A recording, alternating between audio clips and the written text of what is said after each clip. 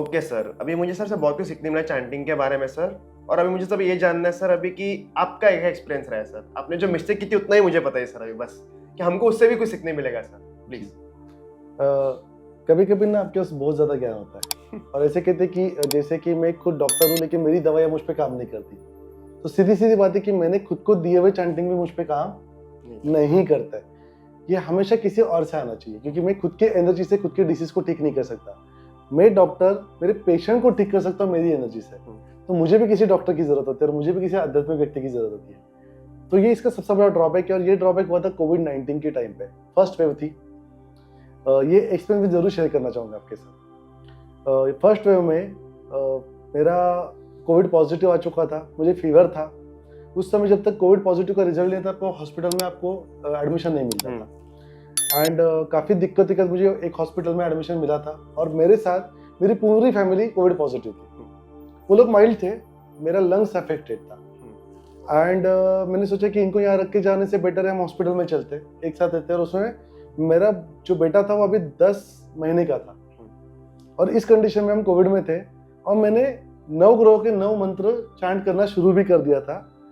लेकिन ये करने के बाद भी ना मेरा फीवर कुछ कम नहीं हो रहा था। अब ना मुझे हॉस्पिटल में आके भी 7 दिन, उसके पहले के 3 दिन 10 दिन हो चुके थे, मेरा फीवर कम नहीं हो रहा था।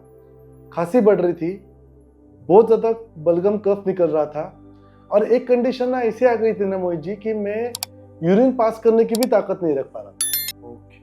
एक ही चीज़ अच्छी थी कि मैं तभी कपालभाति प्राणायाम कर रहा था, जो मुझे पता था कि इससे मुझे हेल्प होगी मेरे लंग्स को।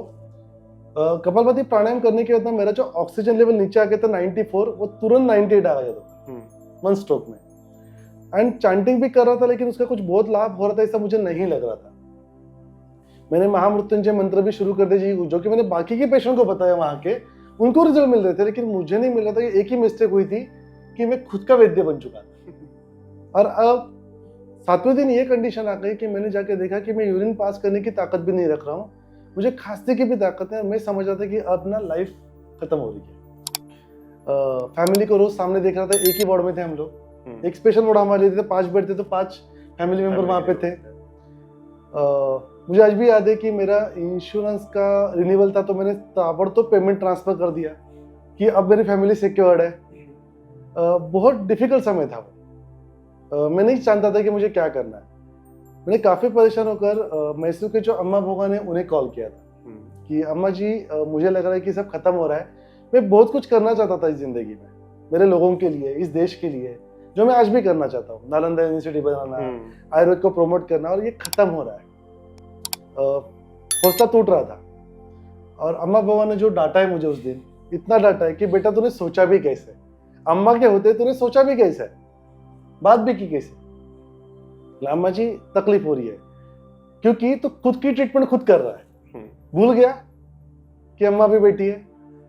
आज के आज तो एक भगवत गीता सर के नीचे रख के रात को सो जा। मैंने कहा अम्मा जी पूरे मुंबई लॉकडाउन में चल रही है, मैं हॉस्पिटल में, भगवत गीता मेरे घर पे बहुत है, यहाँ कहाँ से खरीद के लाने की सोची तो किसको भेजूं? भेज भी दिया तो पूरी मुंबई बंद है, मिलने वाला है नहीं। एक काम करो, मोबाइल है? बोला हाँ है।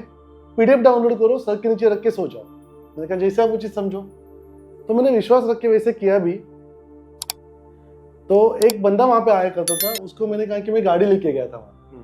तो मैंने कहा कि ये डॉक्टर की गाड़ी कोई रोकेगा नहीं आपको, तो शायद आपको कोई फूल वाला मिल जाए, शायद ये गाड़ी लेके जाओ, घूमो, शायद भगवत गीता मिल जाए।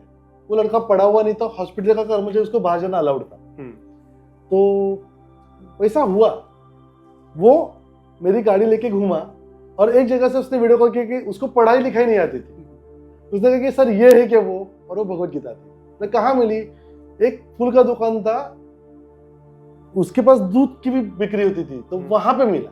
देखो मेरे नसीब क्या जोरों पे थे। वो भगवत गीता लेके भी आ गया, मैंने सराहना रखी। लेकिन तब तक मैंने क्या करते था, यूट्यूब पे एक भगवत गीता पूरी उसने पठत की थी, वो मैं सुन रहा था। और रात को सोने से पहले जब भगवत गीता मेरे हाथ में आई तो उसके 5-6 अध्याय मैंने पढ़ लिए, क्योंकि भगवत गीता पढ़ना मेरे लिए नई बात नहीं थी, मैं जिंदगी भर पढ़ते आया। और फिर उस रात को मैं मेरे सिरहाने रख के उसे सो गया। जब सुबह 6:30 बजे थे, 6:30 बजे मेरा आईवी का डोज हुआ करता था।